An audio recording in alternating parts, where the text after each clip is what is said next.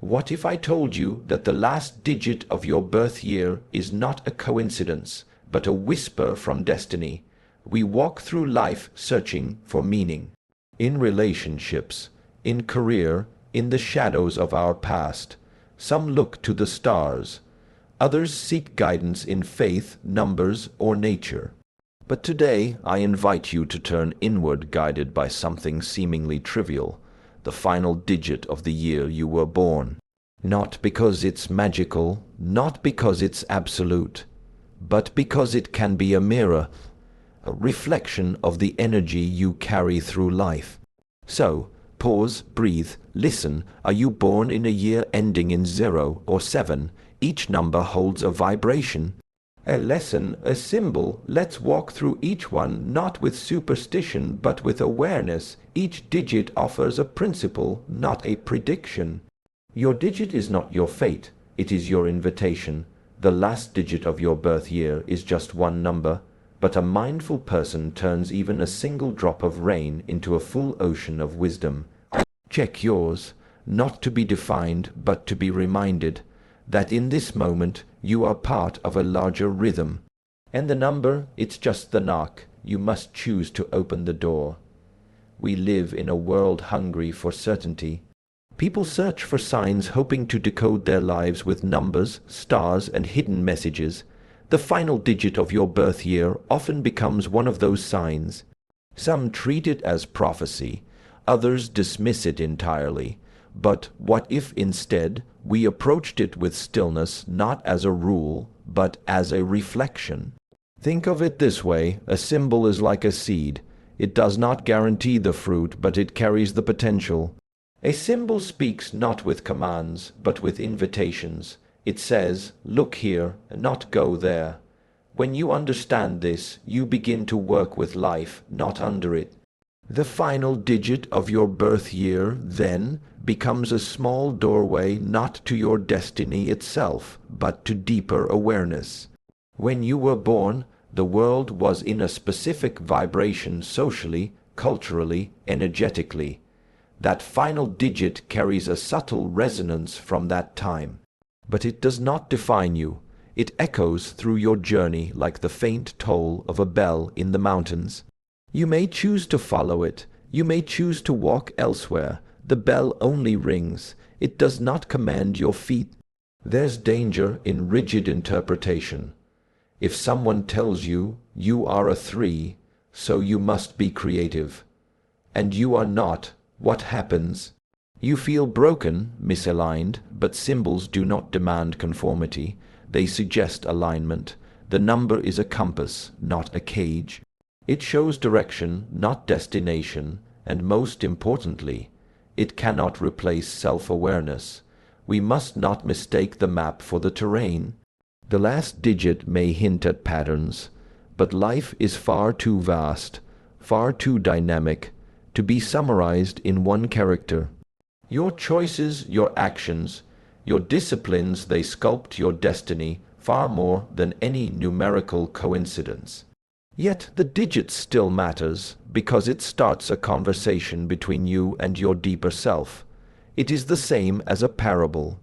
You do not hear a story about a tree and think you are a tree, but something inside you recognizes the tree.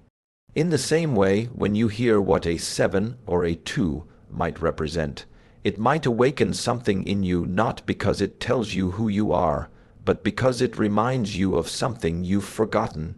Symbols are powerful because they are mirrors, and mirrors do not lie, but they do reflect only what is in front of them. If you stand crooked, the reflection is crooked.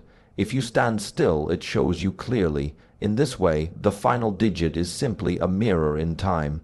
The question is not what does it say about me, but what part of me does it reflect. So we begin here not with superstition, but with awareness. The last digit is not a sentence, it's a whisper, and only the quiet mind can hear it. 0, a number, yet not a number. It is both presence and absence, both the circle and the void. Those born in years ending in 0 carry a unique resonance, a pattern of beginning without predefinition. They arrive not to continue the line, but to start again, to plant seeds, not harvest. In this way, zero is not lack, it is pure potential. In ancient teachings, emptiness is not seen as emptiness in the Western sense. It is not nothing. It is the space in which everything becomes possible. Like the silence between musical notes, or the stillness before the first movement in martial arts, this space is not empty. It is alive, sacred, necessary. Those aligned with zero are often the ones who create from this stillness, though they may not understand why they are drawn to start things others fear. Zero is circular. It contains no beginning, no end, just continuity. So those touched by it may find themselves constantly returning to the start.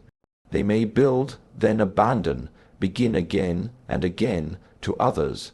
This seems like failure to them. It is natural. Zero does not attach itself to completion. It values motion through emptiness. For such people, the journey is never about reaching a final point, but about learning to become the space where something can happen. But that path is not always easy. In societies obsessed with results, the energy of zero can feel misunderstood. Initiators often find themselves isolated because they are drawn to create without clear validation. They may struggle with identity, feeling like they lack form, and yet that is the gift they are not bound to form. They are free to take shape, free to dissolve, free to reinvent. Those born with this energy must learn to trust the unseen, to believe in ideas before they exist, to feel comfort in creating without knowing what comes next. Like planting a seed and walking away, trusting that the tree will rise without needing to see the process. Zero holds faith, not in the visible, but in the invisible potential of all things. Often, people influenced by zero are catalysts. Their presence initiates change in others. They may not stay to witness the impact, but they begin it. A conversation, an idea, a movement. These are the ones who light the match and walk away, not out of indifference, but because their role is ignition, not control. They teach others to carry the flame. This initiation energy requires one thing above all: stillness within. A zero that is frantic becomes chaos, but a zero that is centered becomes a source of infinite possibility. These individuals benefit from practices that root them deeply: meditation, solitude, even disciplined creativity. From stillness, their influence grows wider than they may ever realize. And so, if your year ends in zero, consider what you are here to begin. Not in the world, but within. What space are you meant to hold? What emptiness in yourself are you afraid to face, but must, for zero is not the end. It is the circle that comes before everything else begins. The number one is often seen as simple, just the first step, the beginning. But its simplicity is deceptive. In truth, one represents the most direct, most courageous energy of all, the decision to stand alone. If your birth year ends in one, you carry the symbolic imprint of the flame, a light that dares to burn in darkness even if no one else is watching. The path of one is solitary, not because it rejects others, but because it begins within. It is the energy of self-trust, of listening to a voice that no one else can hear yet. Those touched by this number often find themselves pulled away from the crowd, not by force, but by instinct. They are not rebels, they are initiators, and there is a difference. The rebel resists what is. The initiator dares to become what does not yet exist. But to be the first to step forward, to be the one who says, "I will," is not easy. It means moving before the road is clear. It means risking misunderstanding. The person influenced by one often feels this early in life, a sense that their way of thinking, their rhythm, their hunger is different from others. And with this awareness comes a silent question: do I follow or do I lead my own way? This energy, when misunderstood, becomes arrogance or isolation. The flame can either illuminate or burn. The challenge of one is to keep the fire centered in purpose, not ego. True individuality is not loud. It is not obsessed with attention. It is steady. It burns with conviction, not comparison. And so, those who walk this path must ask often, am I driven by inner clarity, or by the fear of being unseen? To be one also means learning how to stand firm during storms. These individuals are often called upon to make decisions others avoid. Leadership will find them not always with a title, but with responsibility. They may be the ones who others quietly look to when confusion arises, when action is needed. Why? Because their energy, even in silence, carries direction. There is a deep spiritual quality to this number. It is the vertical line reaching from the earth to the sky. Grounded and elevated, centered and rising, it teaches us the balance between action and presence. Those influenced by it thrive when they align with purpose greater than personal gain, when their flame is lit not just for themselves, but to guide others through darkness. But such alignment requires courage, courage to be misunderstood, courage to act alone, courage to know your worth without needing constant approval. This is the true gift of one, not dominance but inner authority, the ability to say I am without shouting and to move with clarity even when no one is watching. If your year ends in one, reflect on this. What is your flame? What within you burns too bright to ignore? And more importantly, are you feeding it from fear or from truth? 2 is not just the number that follows 1. It is the first time something becomes shared. Where 1 stands alone, 2 introduces the concept of relationship, of reflection, of exchange. If your birth year ends in 2, you carry the energy of the mirror, the deep and often invisible force of balance, duality, and connection. Those touched by this number often live between opposites, between light and dark, strength and softness, silence and speech. Their power does not lie in extremes, but in holding tension without collapsing. This is the essence of harmony, not the absence of conflict, but the ability to remain centered while opposites pull in both directions. The mirror does not choose sides. It reveals both clearly and without bias. The individual influenced by 2 is often highly sensitive, not in weakness, but in awareness. They notice subtle shifts, the tone behind words, the silence behind actions. And because of this, they are often the unseen mediators, the peacekeepers, the ones who restore calm when things begin to break apart. But this sensitivity is both a strength and a burden. To feel so much requires grounding, or it becomes overwhelming. 2 is also the number of duality, and that duality lives within the person as well. They may feel torn between different parts of themselves, logic and emotion, discipline and freedom, solitude and connection.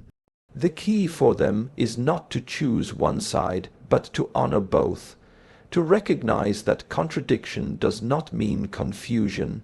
It means complexity, and complexity is part of wisdom.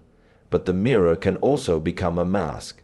When 2 forgets itself, it becomes overly focused on others, constantly adjusting, constantly pleasing, constantly reflecting without anchoring. In this way, the strength of harmony can become the weakness of self-forgetting. That is why those with this energy must learn to distinguish between reflection and absorption. You can reflect the storm without letting it drown you. 2 is quiet. It is not the fire or the sword. It is the still water. But still water holds immense power. It sees clearly. It cools fire. It nourishes the roots of even the strongest trees. This quiet influence often goes unnoticed, yet it is essential.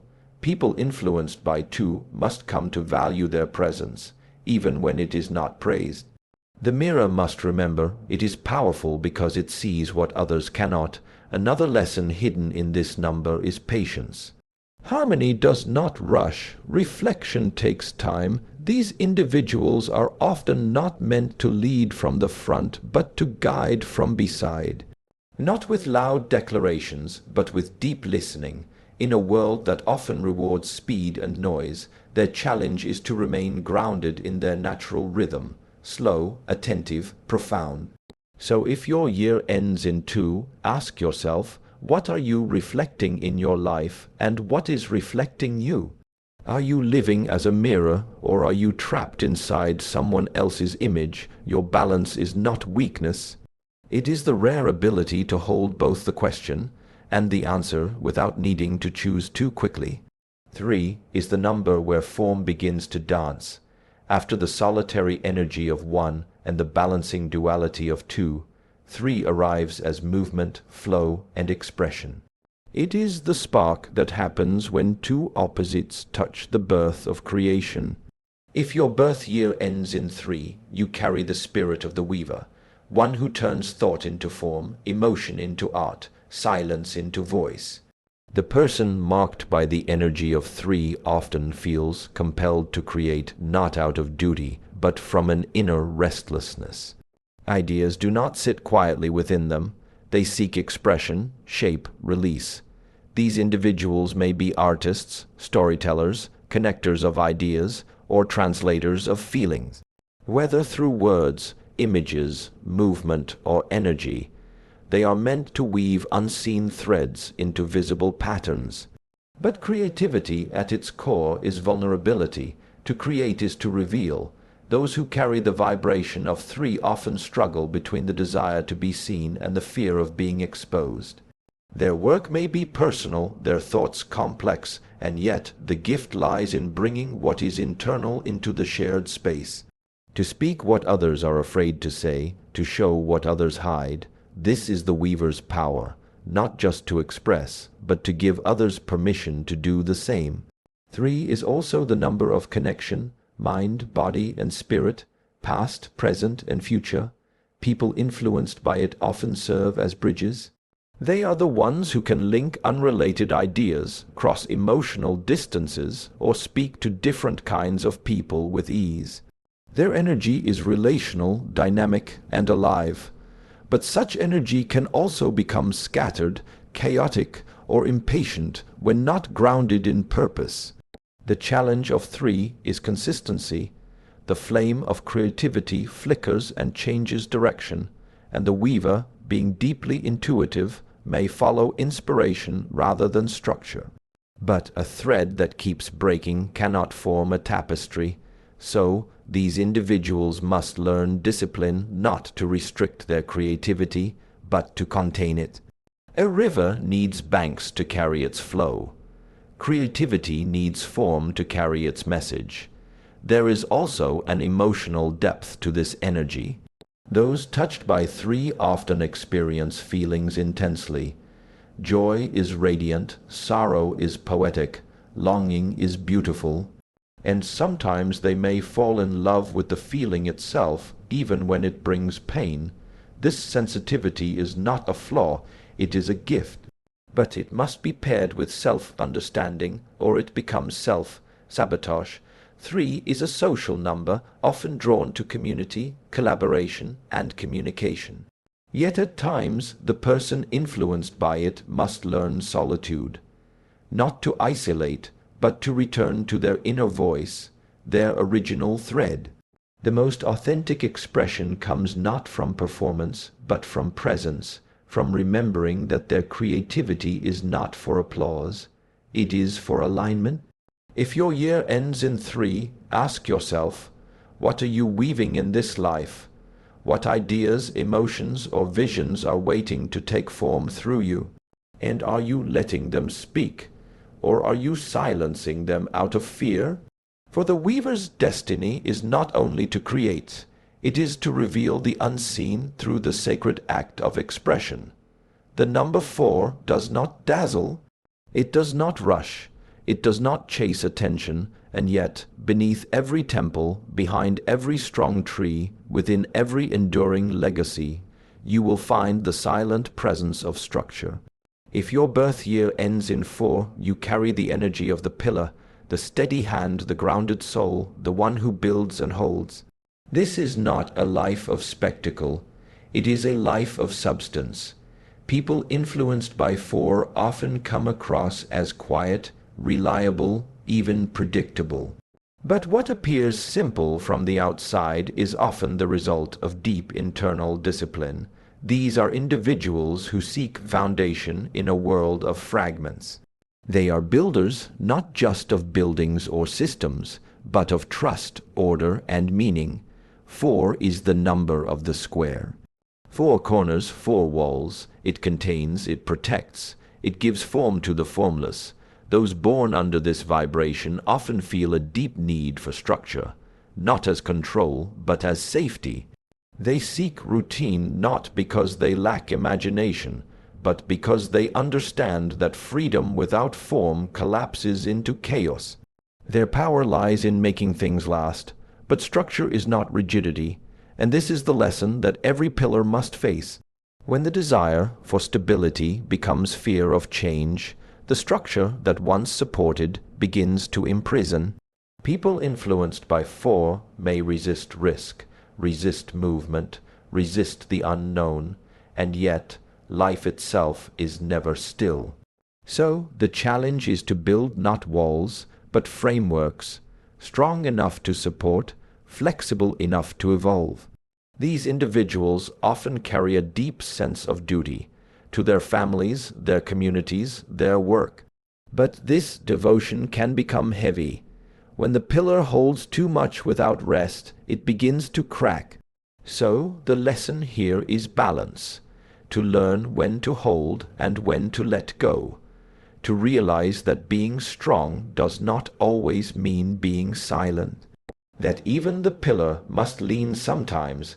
There is a quiet intelligence in this number, a wisdom that does not come from books, but from experience, from paying attention to the little things, from doing things well even when no one is watching. People of the 4 energy are not quick to speak, but when they do, their words land with weight. They are not the loudest voices in the room, but they are often the ones others turn to when everything falls apart. 4 also teaches patience. The pillar is not built in a day. These individuals must learn to trust long processes, slow growth, gradual mastery. Their lives may not be filled with dramatic breakthroughs, but rather with a series of small, consistent steps that eventually build something unshakable. Their gift is not in beginning, but in continuing when others have already stopped. So if your year ends in 4, ask yourself, what are you building not just outside, but within? Are your foundations rooted in fear or in clarity? What structures support your values, and what structures are you clinging to simply because they feel familiar? Remember, the strongest pillar does not just carry weight, it carries intention. 5 is movement, it is the wind between stillness and stillness, the river that refuses to freeze, the breath that cannot be held forever. If your birth year ends in 5, you carry the energy of the bridge, the one who travels between worlds, who cannot be pinned down, who is made not to settle but to explore. You are the embodiment of transition, not just for yourself, but often for others. The bridge connects. It links places, people, and possibilities, but it also does not belong to either side. This is the paradox of 5, to be always in between, always arriving but never staying. Those touched by this number may feel it early in life, a constant itch for something new, something deeper, something else. It's not that they dislike stability, it's that they cannot breathe without space to move. This movement is not always physical. It may be emotional, intellectual, spiritual. People with this energy often jump between ideas, identities, careers, beliefs. They are curious by nature, restless by design. Their strength lies in adaptability. When others resist change, the 5 person learns to ride it, not because it is easy, but because stillness feels more dangerous than motion, and yet freedom comes with its own burden. The bridge is not rooted, it is strong, but it cannot stay still too long. This can create a sense of dislocation, of never fully arriving, of always looking for home. These individuals may struggle with commitment, not from lack of loyalty, but from fear of confinement. Their lesson is not how to stop moving, but how to move with direction. 5 is also the number of the senses, the body, the earthly experience. So these individuals are often deeply alive, drawn to adventure, new experiences, and physical expression. But too much stimulation can become distraction. Their challenge is to stay present, not just chase what's next. To experience fully, not just consume endlessly, the bridge must not just connect others, it must connect inward too. There is also great power in their ability to disrupt. They often arrive in people's lives like a gust of wind blowing away what no longer serves. They may not always be welcome at first, change rarely is, but their role is not to comfort, it is to awaken. They do not ask for permission to evolve, and by doing so, they inspire others to do the same. This is why they are often misunderstood until after they are gone. Their journey must include learning the difference between freedom and escape. Freedom is rooted in choice. Escape is rooted in fear. The bridge that is too afraid to stop moving never allows anything to grow. But the bridge that moves with clarity and courage becomes a symbol of transformation, not just for themselves, but for entire systems, families, communities. If your year ends in 5, ask yourself, what are you running toward, and what are you running from? Where are you the bridge, and where are you afraid to cross? You were born to live between lines, to embrace change not as chaos, but as a necessary path toward liberation. You are not here to settle, you are here to move the world, by first learning how to move yourself. 6 is not loud. It does not rush. It is the quiet light left on for someone coming home late. It is the meal placed gently on a table, the shoulder offered without words. If your birth year ends in 6, you carry the spirit of the hearth, a presence that warms, holds, heals. You are not just someone who helps. You are someone whose very being makes others feel safe enough to breathe. This energy is often misunderstood in a world that celebrates action, conquest, and achievement. The work of the 6 is more subtle, more sacred. It is the work of care, of being present for what is fragile, of tending to the invisible needs, the emotional weight behind a tired face, the unspoken burden behind a forced smile. People with this vibration are often the emotional center of families, friendships, and communities. But with this gift comes a test, the tension between love and obligation. Those born under this number may find themselves taking on too much, carrying others, solving problems, being strong for everyone. And in doing so, they forget themselves. They confuse responsibility with self-erasure. The hearth gives warmth, yes, but even the fire needs tending, or it will burn out in silence. The 6 is deeply relational. It craves harmony, closeness, connection. Yet in its desire to protect, it can become controlling.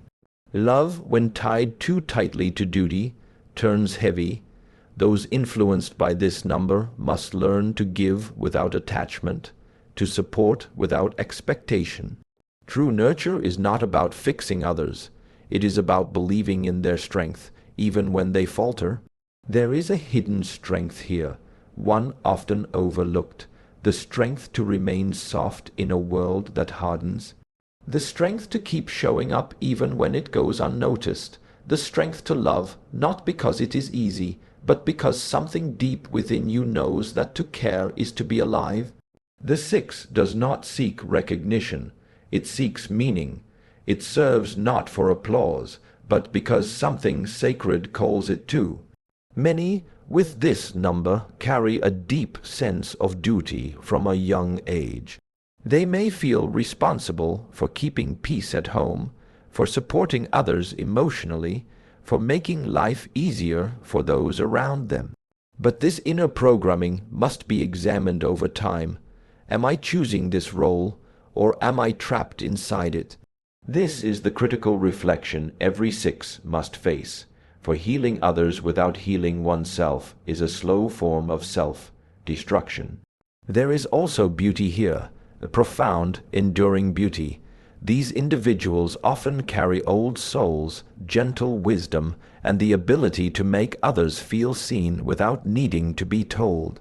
They are often drawn to teaching, counseling, parenting, caregiving roles where their natural empathy becomes a vehicle for transformation. But no matter the job title, their real work lies in restoring wholeness moment by moment. If your year ends in 6, ask yourself, who are you nurturing? And are you included in that circle of care? Where does your responsibility become resentment? And what would it feel like to love others without losing yourself in the process? You are the hearth, you are the quiet fire that keeps others alive, but to do that you must remember, you too deserve warmth. So now you've seen it, a single digit hidden quietly at the end of your birth year unfolds like a map, not to tell you who you must be, but to remind you who you already are. Whether you are the flame, the mirror, the seed, the pillar, the bridge, or the hearth, your path is not a coincidence. It is a pattern encoded not in your fate, but in your essence. This number does not define you, it reveals you. It invites you to notice the repeating rhythms in your choices, the silent call behind your talents, the hidden design behind your struggles. It's not superstition, it's symbolism, and in symbolism we find ourselves. The world may not speak this language. It may try to shape you into something simpler, more convenient, more familiar. But today you've remembered, your story was written in layers, and this final digit is just one small piece of your greater mosaic. Still, what a powerful place to begin. So look again, look gently, look curiously. That last number in your birth year, it isn't just a number. It is a doorway, a signature, a rhythm calling your name beneath the noise. Walk through it, lave it, and become fully what you already are.